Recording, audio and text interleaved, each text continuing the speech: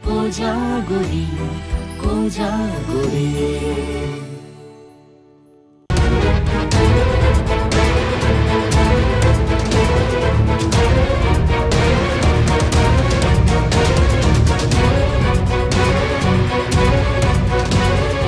যতদিন না ফুলঝুরির ওপর হওয়া অন্যায়ের আমি প্রতিকার করতে পারছি ততদিন আমার শান্তি নেই। আমি কিন্তু ওকে ছাড়বো না, কিছুতেই ছাড়বো না। আমার মুখ কানে কোথায় রইলে বলে দিই কিনি, সবাই তো এই কথা বলবে আমার দায়কে মেয়েটি ছিল, আমি আমার দায়িত্বটা পালন করতে পারলামনি। হ্যাঁ, সে তাকে হাসপাতালে যেতে হলো, এই কথাই তো বলবে।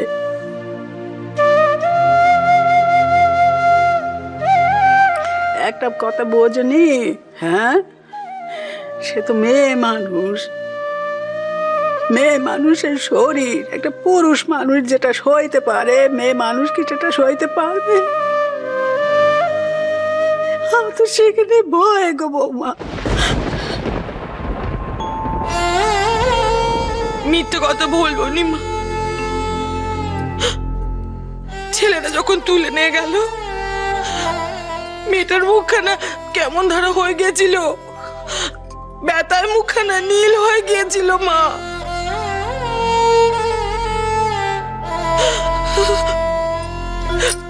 মেয়েটার মুখখানা মনে হলে কি কষ্ট হচ্ছে মা, কি কষ্ট হচ্ছে।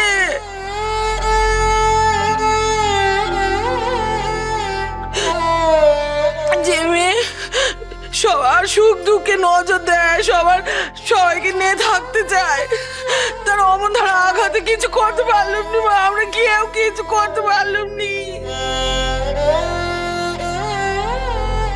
কপাল কপাল, সব কপাল মেজ বৌমা।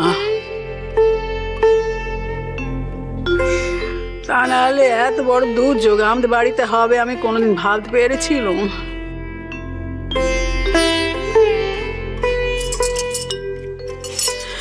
মেজ বৌমা, বাড়ির ফোন থেকে একটু ছেলেদের ফোন করে দেখো দেখিনি, যত সময় যাচ্ছে আমি আরো অস্থির হয়ে পড়ছি। খালি মনে হচ্ছে খুব খারাপ দিন, খুব খারাপ সময়, মন্দ সময় এসেছে আমাদের জন্য। আমার ঘরের নকিকে আমি বাঁচিয়ে ফেরাতে পারবো তো? অমন কথা বলবেন নি মা, অমন কথা বলবেন নি, অমন কথা ভাবা পা। আবার আপনি অমন ধরনের কথা বলছেন কি করে মা? বাঁচাতে পারবো নি মানে? বাঁচতে হবেই, তাকে আমাদের জন্য বাঁচতে হবে, তাকে বেঁচে ফিরতেই হবে, বাঁচবে না মানে তো কি আবার?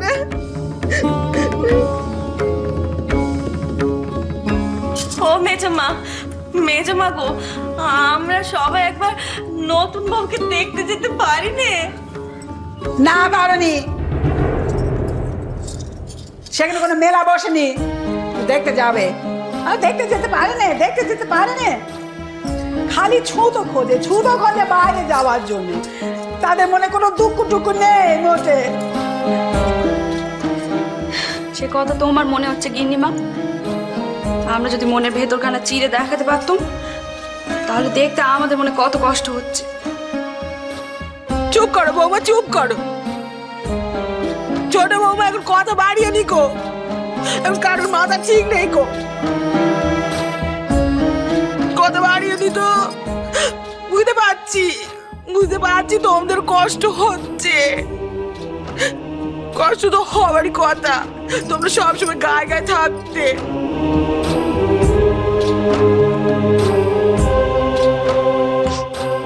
কথায় বলে না, বাড়িতে বেড়াল থাকলো তার উপর মায়া পড়ে, আরে তো মনীষী, মায়া তো পড়বেই।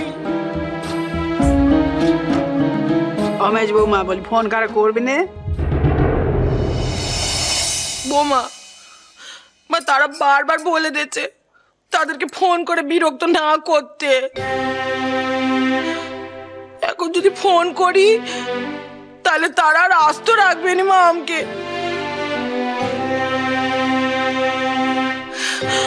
তার থেকে আমরা অপেক্ষা করি, অপেক্ষা করি, তারা ফিরে আসবে মা, ফিরে আসবে, ভালো খবর নিয়ে ফিরে আসবে, আমি বলছি শুনুন। তাই বলো মা, তাই বলো, তাই বলো। এত মানত করছি ঠাকুরের কাছে, সে কি একবার চোখ মেলে চাইবে না আমার পানে? আমার কথায় সে কি চোখ মেলে চাইবে রে? চাইবে, চাইবে, আমার কথায় সে ঠিক চোখ মেলে চাইবে। জানিস লো, জানিস আমি মনে মনে যে ঠাকুরকে মান্য করি, মনে মনে না আমি সেই ঠাকুরের কাছে মিনতি করেছি, মানত করেছি। মনে মনে সে ঠাকুরকে বলেছি আমাদের নতুন বউকে যেন তিনি ভালো করে দেন। আমাদের নতুন বউ যদি ভালো হয়ে বাড়ি ফিরে আসে, তাহলে আমরা সবাই মিলে আমার বাপের বাড়ির গায়ে গিয়ে সেই ঠাকুরের মন্দিরে পুজো দিয়ে আসবো। শুনেছি তো বদি, সে দেবতা তো খুব জাগুন দেবতা গো। তাই করবো, তাই করবো। একবার আমাদের নতুন বউ ভালো হয়ে বাড়িতে ফিরলে আমাদের যা করার আমরা সব করবো।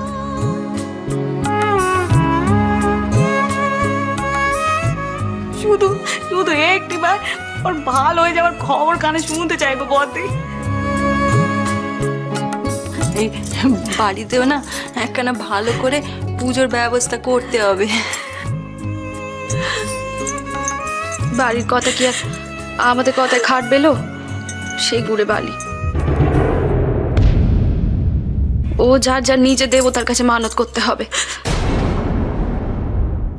একবার আমাদের নতুন বউ ভালো হয়ে বাড়িতে ফিরলে আমাদের যা করার আমরা সব করবো। শুধু শুধু একটিবার ওর ভালো হয়ে যাওয়ার খবর কানে শুনতে চাইবো বদি। এই বাড়িতেও না একখানা ভালো করে পুজোর ব্যবস্থা করতে হবে। বাড়ির কথা কি আর আমাদের কথায় খাটবেলো? সেই গুড়ে বালি। ও যার যার নিজে দেবতার কাছে মানত করতে হবে। ও মা, মা বলছিলাম কি, বাড়িতে যখন একটা দুর্যোগ যাচ্ছে, মেয়েটারও এত দুর্যোগ যাচ্ছে, একটা কাজ করলে হয় না মা? কি কাজ বলো মা? এখন আমাকে যে যা করতে বলবেন তাই করবো। কি কাজ বলো দেখিনি? বলছিলাম মা, এবার আমরা বাড়িতে একটা দুর্গ পুজো করবো মা। বলছে কি? সে তো দেশে বাড়িতে একালে দুর্গা পুজো হতো। এখন তো আর হয় না মা। নতুন বউ যদি ভালো হয়ে যায়, হয় কলকাতার বাড়িতে না আমাদের দেশের বাড়িতে দুর্গা পুজো করবো আমরা মা। মেজমা মনে হয় আমাদের কথা শুনতে পেয়েছে। হ্যাঁ গো, এমনি কাজ শুনতে পেয়েছে গো। তা না হলে আমাদের মুখের কথাখানা টেনে বলতে পারে নাকি পুজো করার কথা? এই মেজমার কথা তো হেলা করতে পারেনি। মেজমার উপর গিন্নিমা খুব দুর্বল কিনা। যাক বাবা, নতুন বউ একেবারে ভালো হয়ে উঠুক। সত্যি সত্যি যদি পুজো হয় তাহলে বাড়িতে কত আনন্দ হবে, বুঝতে পারছো দিদিরা? তুই শুধু আনন্দের কথাই ভাবলি চুটকি? তার আগে তো সে ব্যবস্থা কানা করতে হবে নাকি? আমাদের নতুন বউকে তো তার আগে যে করে হোক সারিয়ে তুলতে হবে। তুমি তো ডাক্তার নয় গো বদ্দি, আমাদের তো ডাক্তারের ওপরই ভরসা করতে হবে গো। তবে তবে তুমি আমার একটা কথা মিলিয়ে নিও। বলে না, গরিবের কথা কানা বাসি হলো খাটে। দেখবে, তুমি দেখবে আমাদের নতুন বউ না দিব্যি ভালো হয়, গট গটিয়ে চলে আসবে। দেখো, তুমি দেখো। যাক, তো এতক্ষণে একখানা ভালো কথা শুনতে পেলুম। দেখো কথা কানা ফলে কিনা দেখো। যদি সে আসে, যদি সে মেয়েটি ঘর গটিয়ে আমার ঘরে আবার ফিরে আসে, তাহলে ঘর তলায় কথা দিয়ে বলছি সকলকে আমি দুর্গা পুজো করবই।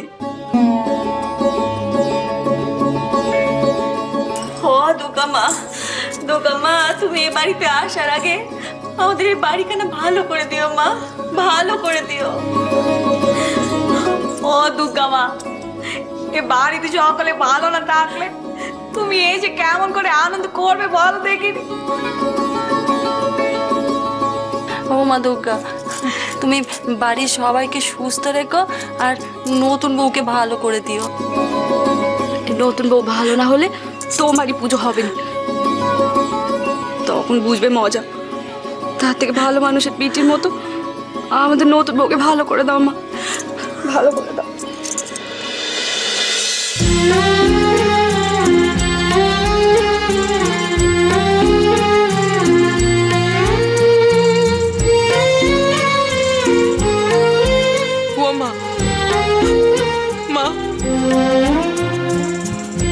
আমরা এত জনে ঠাকুরের কাছে চোখে জল পাঠাচ্ছি মা, ঠাকুর আমাদের চোখে জলে দান দেবে না? না দিয়ে পারবে? কি বলছেন মা, আপনি বলুন না, দান দেবে না ঠাকুর আমাদের চোখে জলে? দান দেবে না?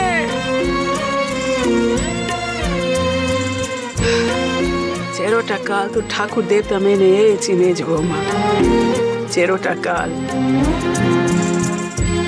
আজ যদি দেখি যে ঠাকুর আমাদের কথা মানছে নে, আমাদের দেখে চোখ তুলে তাকাচ্ছে নে, আমাদের কথা মানছে নে মোটে, আমাদের ইচ্ছে পূরণ করছে নে,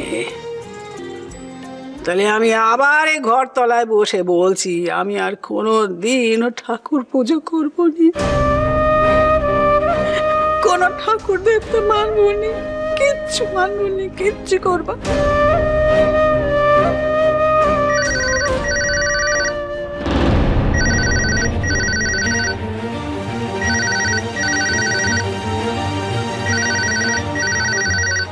ফোন ফোন বেজেছে, ফোন ধর ধর ধর, ফোন ধরো, ফোন ধরো।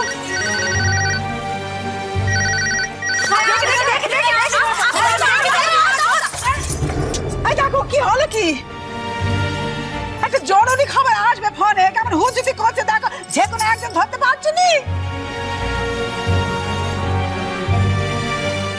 হ্যালো হ্যালো,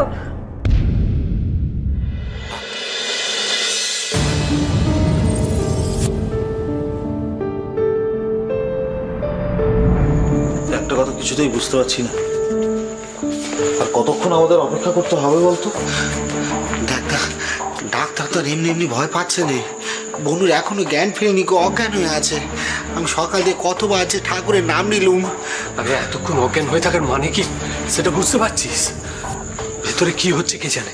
আরে বনুর দাদু ভাই এত কান্নাকাটি করছিল, আমি ছোটকাকে বললাম রেস্টুরেন্টে নিয়ে এসেছে। ভালো করেছিস। সারাদিন কিছু খাননি, ওনার যদি কিছু হয়ে যায় কে সামলাবে বলতো? কি যে হচ্ছে, মানে রাতটা কখন কাটবে বলতো? আমরা এমন খুঁজেছি, সাহেবকে দেখ, সাহেবের মুখের দিকে তাকানো যাচ্ছে রে, আমি এমন আগে কখনো দেখিনি কি রে।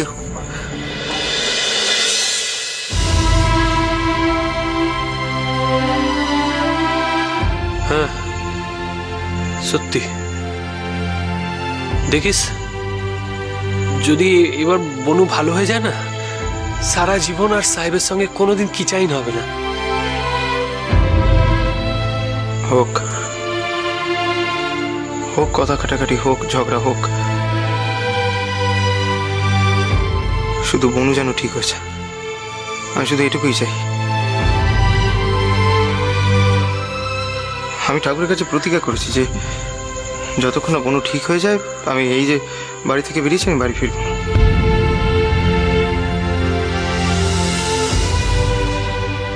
বড়দা, শেষদা, রাঙাদা, তোমার কথাটা শোন, আমি সংসার ধর্ম কিচ্ছু করব না, যতক্ষণ না বনু ঠিক হয় আমি এখান থেকে কোথাও যাব না।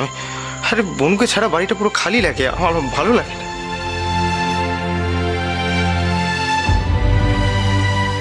ঠিক বলেছিস ভাই রে ভাই, বনু ছাড়া জীবনটা আর চলছে না রে।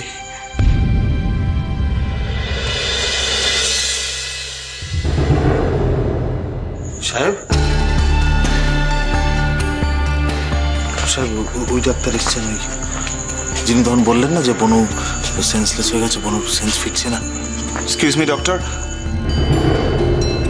ডক্টর,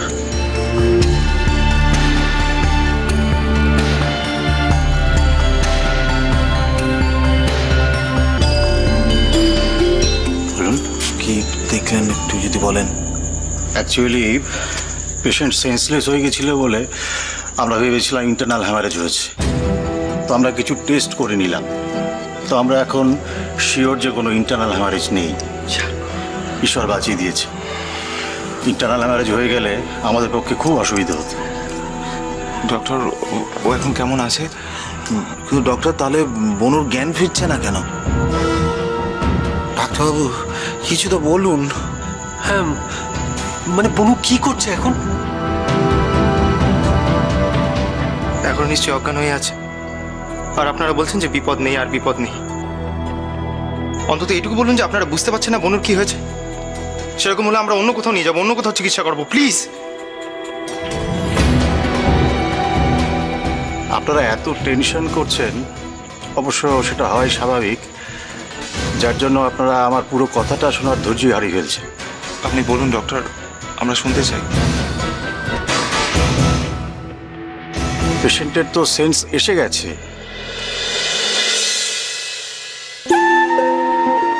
তবে এখন খুব উইক, সারাদিন কিছু খাওয়া দাওয়া করেনি, তো চিন্তার কিছু নেই। আমরা অলরেডি স্যালাইন চালু করেছি, কিছুক্ষণের মধ্যে সে চাঙ্গা হয়ে যাবে।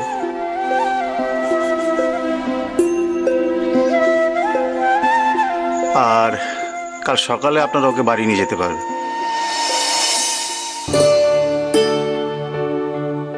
আমি অবশ্য রাতেই ছেড়ে দিতে পারতাম, কিন্তু আমার মনে হলো রাতটা একটু অবজারভেশনে রাখি, আর সারাদিন যা ধকল গেছে, একটু বিশ্রাম পেলে সেটা ওর পক্ষে ভালোই হবে। আপনি ঠিক বলছেন তো ডক্টর? যান না, আপনি নিজে গিয়ে পেশেন্টের সাথে কথা বলুন না, তবে দেখবেন পেশেন্টকে বেশি কথা বলাবেন না, খুব উইক আছে তো। যান, উনি ওনার নিজের কেবিনেই আছেন। চল। এক্সকিউজ মি, আমি শুধুমাত্র হাজবেন্ডকে অ্যালাউ করেছি। আমরা যাব না? যাবেন, তবে 1 by 1। উনি ওখান থেকে বেরিয়ে আসলে তারপর। ওকে ওকে। কিন্তু সাহেব তো এত সহজে বেরোবে না নিশ্চয়ই, ও তো কখন যে বনুর মুখটা দেখবো কে জানে। একটা কাজ করলে হয় বুঝলি ভাই রে ভাই, হ্যাঁ আমরা দরজা দিয়ে বেশ উকি মারবো, হ্যাঁ তাহলে তার কিছু বলতে পারবে না। আমাদের কি যাতা ভেবেছে। হ্যাঁ, সেই হাজব্যান্ড হয়েছে মানে যেন মাথা একেবারে কিনে নিয়েছে। আরে আমরাও তো দাদা নাকি, আমরা কি বলছে কিছু কম কেয়ার করি? দেখ আমি বলি কি, আসল সময় না বোঝা যায়, মানে কার দাম বেশি কার দাম কম। দেখ এতক্ষণ ধরে তো আমরাও দাঁড়িয়ে ছিলাম, নিজে দেখার পালা এলো, মিস্টার হাজবেন্ড প্রথমে গেল, তাই না? হ্যাঁ দেখ আমি বলি কি, ডাক্তার বলেছে ডাক্তারের মতো, হ্যাঁ তাই না? হ্যাঁ ডাক্তারের কথা শুনতে হবে, তোকে বলে দেয় না, তা আমরা করবো আমাদের মতো। দেখ তুই সাহেব 30 সেকেন্ড থেকে 1 মিনিটের মধ্যে। কি বলছিস? ও যেতে আসতেই তো 1 মিনিট লেগে যাবে। তুই হিসেব করে কেন, দোকানে বসাটা বন্ধ করতে হবে, বুঝলি না? তুই চুপ করে, ঠিক আছে 5 মিনিট, 5 মিনিট শান্তি হয়েছে, 5 মিনিট 5 মিনিটের মধ্যে যদি ফিরে না আসে, হ্যাঁ তাহলে আমরা হামলে পড়বো। তাহলে বলছি উকি দিতে হবে না, মনুকে দেখানি কথা। ঠিক বলছি।